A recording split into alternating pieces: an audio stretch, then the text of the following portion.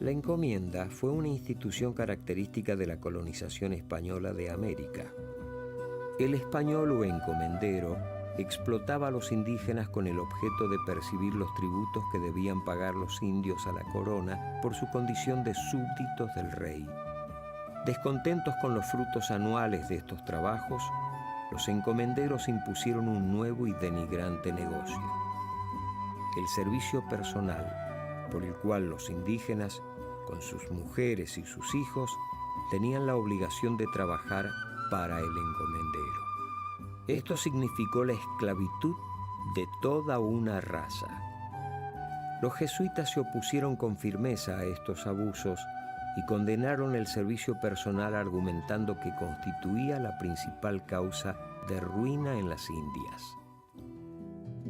En una medida sin precedentes en las colonias, los sacerdotes les ofrecieron a los indios la posibilidad de un contrato justo por el trabajo que realizan.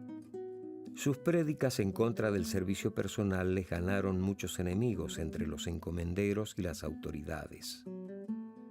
Estas últimas retiraron el apoyo económico que la compañía necesitaba para mantener a sus padres y novicios, que eran cada vez más numerosos.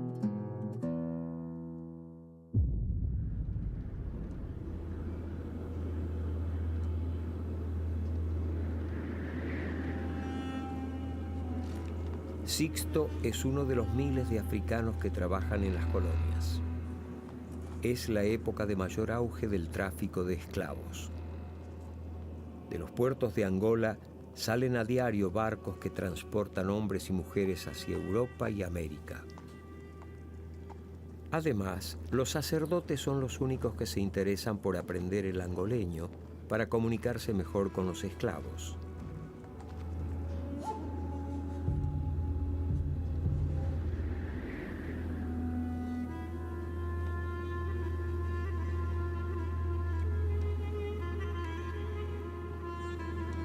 Años más tarde, para financiar sus colegios en medio de la pelea con los encomenderos, los jesuitas crean sus estancias, que se extenderán por enormes y casi desconocidos territorios para convertirse en un fértil sistema económico. Esto será posible, en gran parte, gracias a la infatigable mano de obra africana.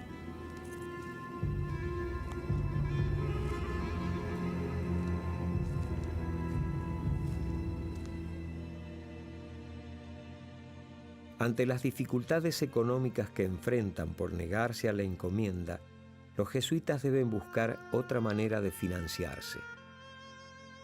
Encontrarán la solución fuera de la ciudad. Los jesuitas adquirían estancias pobres y de escasa producción y las modificaban por completo. La compañía compró la estancia de Colonia Carolla en 1616. Fue la primera que tuvo en Córdoba. Los padres eran hombres con amplio conocimiento de filosofía y teología, pero también les interesaban otras áreas del saber. Aquí en Córdoba desarrollaron habilidades como carpinteros, herreros y maestros de obra. La estancia fue administrada durante varias décadas por el padre Ignacio Duarte y Quirós, que generosamente la donó a la compañía.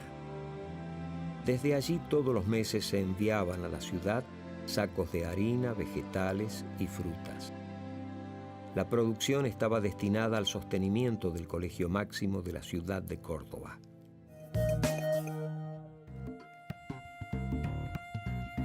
Ahí está, el enfrentamiento con los encomenderos hace que los jesuitas tomen otra actitud, sobre todo en materia económica, porque les cortaron los aportes para las misiones y dijeron, bueno, vamos a producir por nuestra propia cuenta, un gran desafío, ¿no? Así es.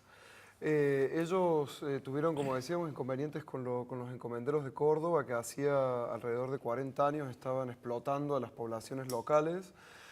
Tan lejos estaban de los centros de poder político del virreinato del Perú, que básicamente hacían lo que querían, ¿no? Cuando llegan los jesuitas y ven esta situación de la encomienda cordobesa, se oponen a esto.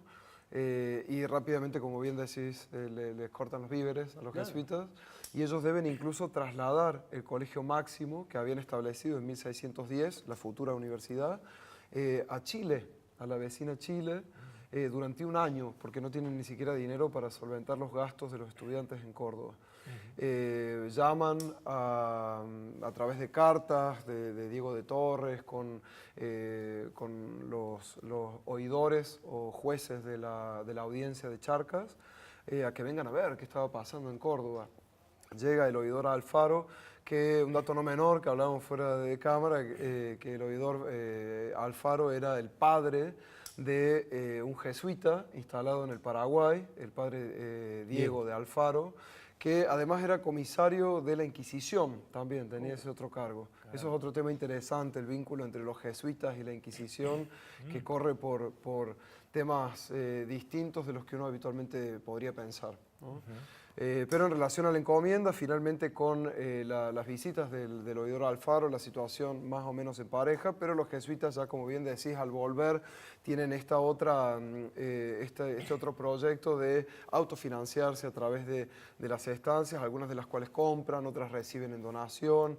Primeramente, el trabajo es bastante lento hasta que finalmente se instalan como verdaderos núcleos productivos, que van además a ser un motor productivo para toda la región, no solamente para la orden.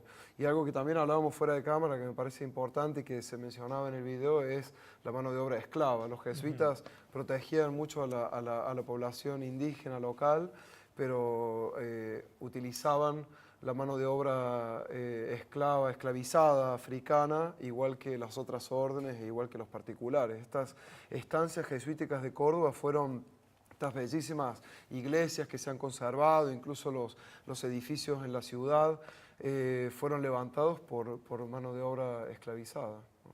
Cientos, además, en cada una de las estancias. En plena época de tráfico de esclavos en todo el mundo, ¿no? Siendo que Córdoba estaba bastante lejos de los puertos, pero llegaban acá. Pero, como decíamos, era el cruce de caminos y muchos esclavos que entraban por el puerto de Buenos Aires, se legitimaba su situación en Córdoba, ¿no? Y eso que Córdoba, paso de caminos, había un mayor control, porque en Asunción, por ejemplo, era casi nulo, ¿no? De ahí que los jesuitas y los encomenderos tuvieran enfrentamientos muy grandes. De hecho, 4 veces los expulsan los asunceños, entre ellos el obispo Cárdenas, que llegó a tomar el gobierno por poder, hizo incendiar la iglesia de los desocupar, expulsar e incendiar la iglesia de los jesuitas, que es uno de los hechos únicos en la historia de la Iglesia Católica, ¿no? Que un obispo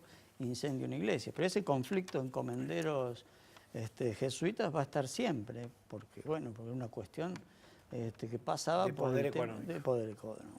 Qué increíble, cómo el poder económico moviliza y genera guerras y conflictos de todo tipo en cualquier época de la historia de la humanidad, ¿no? En ese territorio de las misiones guaraníticas, que también son bien conocidas, San Ignacio Miní, de la que está hablando Carlos, tenían esos dos frentes, ¿no? Por un lado los encomenderos y por otro los bandeirantes paulistas que bajaban de Sao Paulo, esos ejércitos privados que llegaban a las misiones a capturar y a esclavizar a los indios, porque hasta principios del siglo XVII Portugal tenía una visión distinta del indio, digamos, lo consideraba esclavo, ¿no? Entonces estos bandeirantes llegaban a este territorio del Gran Paraguay a esclavizar, a capturar y esclavizar a los... Con la complicidad española, obviamente, que al final terminan entregando toda una especie de provincia, que era el Guairá, a manos de los portugueses, y así fueron avanzando, ¿no? A través del tiempo. Brasil, desde el siglo XVII, XVI, sobre las fronteras españolas, ¿no? Que poco cuidaban. Y a veces las reducciones servían justamente para poner un límite a esa frontera e incluso utilizar a los mismos indígenas como ejércitos. Es decir, el ejército de España eran los guaraníes contra la frontera portuguesa. Vamos a ver ahora cómo, pese a todas estas adversidades, los jesuitas buscaban las maneras de continuar hasta donde pudieron, utilizando la imaginación, la fuerza de voluntad y también el conocimiento. A ver.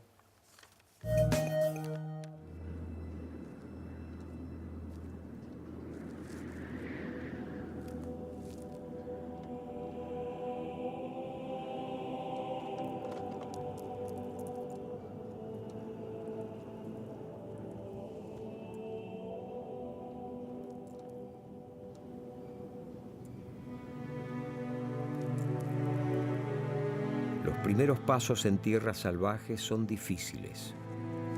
Algunos sacerdotes de la compañía han sido asesinados durante sus viajes misionales. Los jesuitas siguen adelante, recorren el interior de la provincia. Creen que es posible el entendimiento con otras culturas en cualquier lugar del mundo. El objetivo siempre es el mismo: llevar la palabra de Dios, ser la luz para el mundo.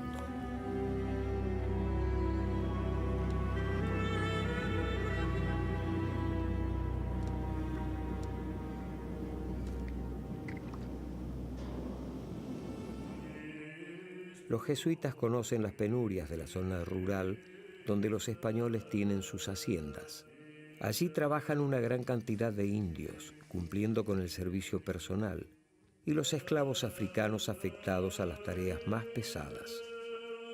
Todos ellos olvidados de la mano de Dios.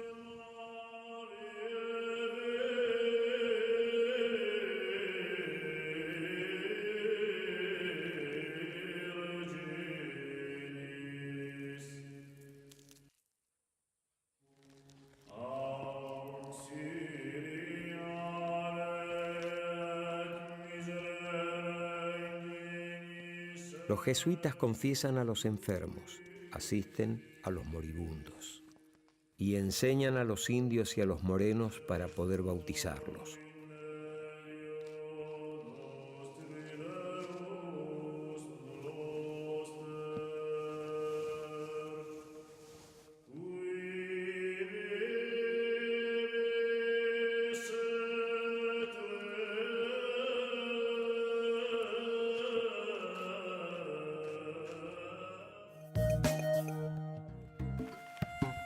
Ahí está, tenían que salir a conquistar el terreno salvaje, encontrarse con injusticias que ellos consideraban podían corregir y trabajar en respecto a la cuestión esta de la restricción económica que tenían, ¿no? Varios frentes para hombres que quizás marchaban solos muchas veces, ¿o no?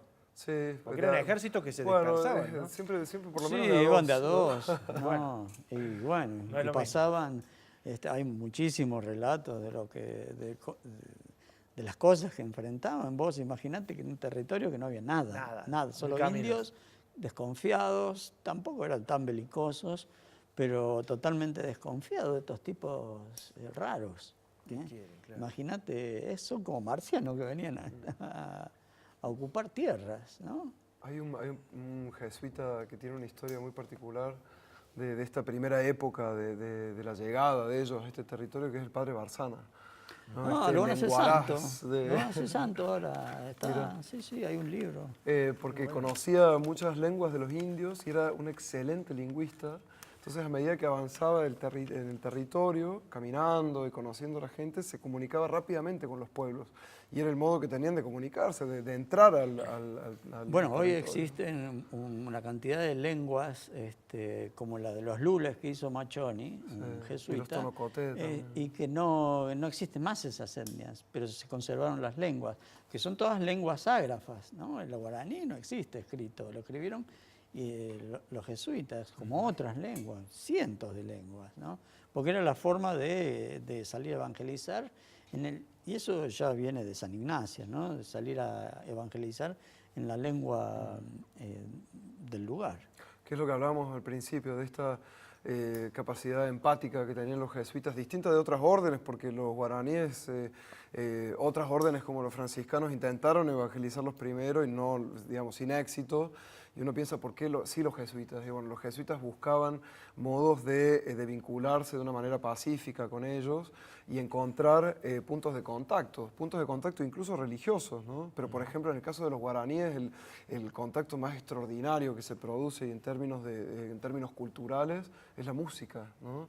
Ellos se dan cuenta que los guaraníes son muy propensos a la música, y entonces llaman a luthiers, a músicos, jesuitas, y empiezan a establecer un contacto que es primero cultural, ¿no? Y después religioso.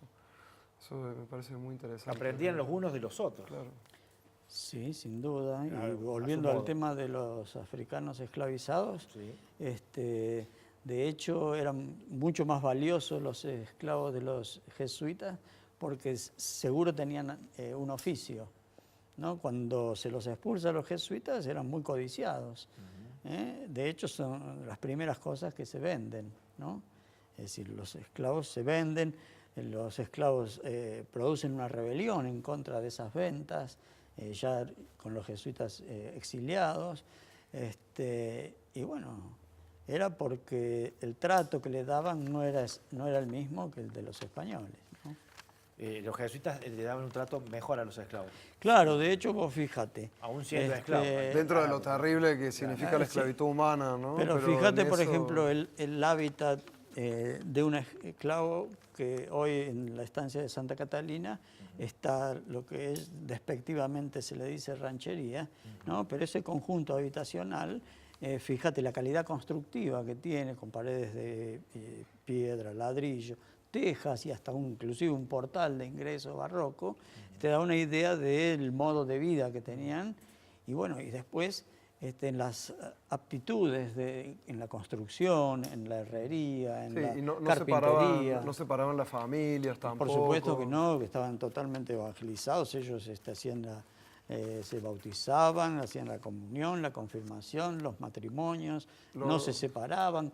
Cuando vino la expulsión, ellos no les importaba vender a un hijo y a otra familia, ¿no? Por eso se rebelan incluso. En el mismo contexto de Córdoba, en donde se ha estudiado que, por ejemplo, para el siglo XVIII, una edad promedio de venta de un esclavo era de 3 a 5 años, de un esclavo niño, ¿no? Entonces eso, los jesuitas, por lo menos, digamos, dentro de como decimos, del contexto terrible de la esclavitud que ellos también propiciaban, tenían con los esclavos una actitud distinta, ¿no? No separaban las familias, les daban oficios y los integraban, como dice Carlos, al mundo que habían traído los europeos, que estaba atravesado por la vida religiosa. Entonces el bautismo, el casamiento, la extremaunción, de algún modo los integraba a la vida de los otros habitantes. Y eso ya lo vio el padre Diego de Torres cuando vos decías que había estado en distintos lugares. Bueno, cuando estuvo en Cartagena de Indias, ahí tuvo contacto directo con Sandoval, un jesuita,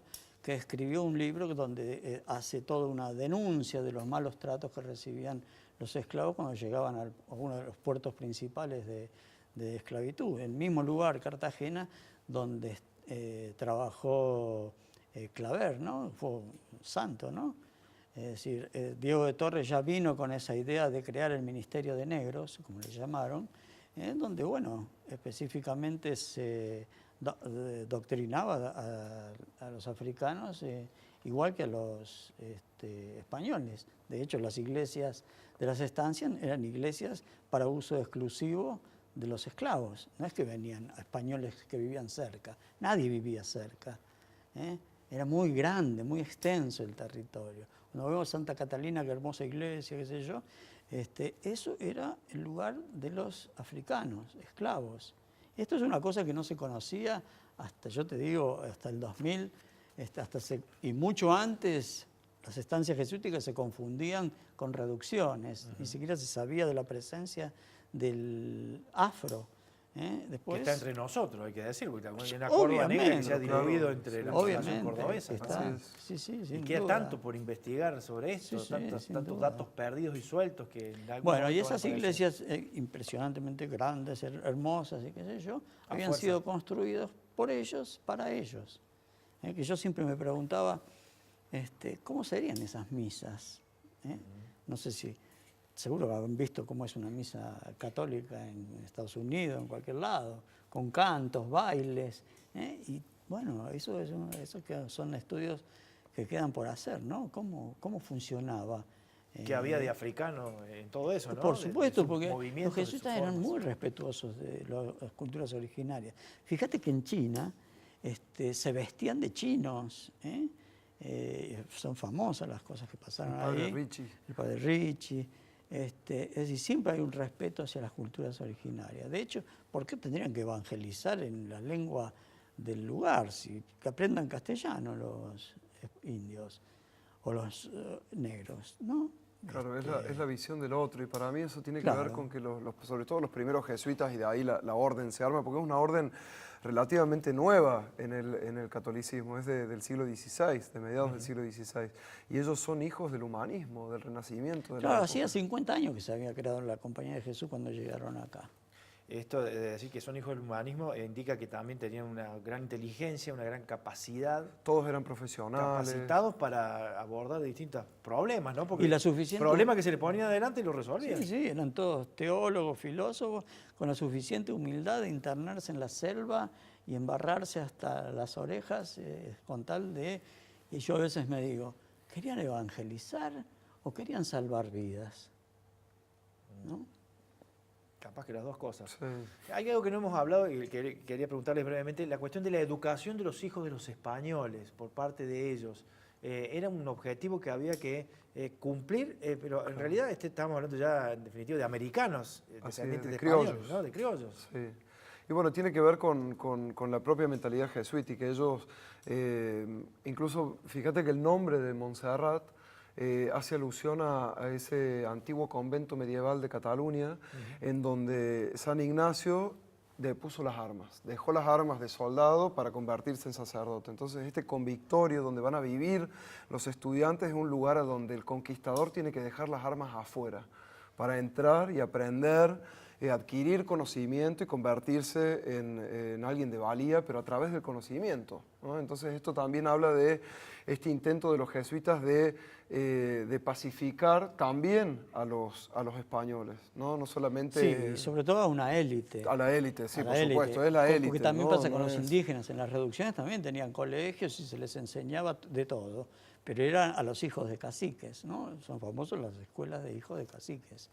Sí, como que desde tal, Brasil para acá. como hijos de su tiempo, dentro, por ejemplo, de los reglamentos del convictorio de Montserrat, aparecía la normativa de que debían ser hidalgos o hijos de algo, es decir, no tener mezcla de indios, negros, moros o judíos por ninguno de los cuatro costados. Que eso estaba en la regla y ellos aceptaban ese reglamento de la monarquía absoluta española, pero después en la práctica quizás flexibilizaba tenían un poco. excepciones. Sí. Uno de ellos es nada más y nada menos que Ignacio Duarte Quirós, el fundador del Montserrat, hijo de presuntos conversos portugueses, Simón Duarte y María de Quirós, que estudia con ellos, es decir, que es estudiante y después es el fundador de una institución que va a ser regenteada por los propios jesuitas. Es apasionante la historia de los jesuitas en nuestro territorio. Vamos a hacer otra pausa para ya encarar el cierre de este gran programa que tenemos hoy. Mirá, te estás enterando muchísimas cosas que tienen que ver con la presencia de los jesuitas durante muchísimos años también en nuestro territorio. Señores, pausa, ya venimos.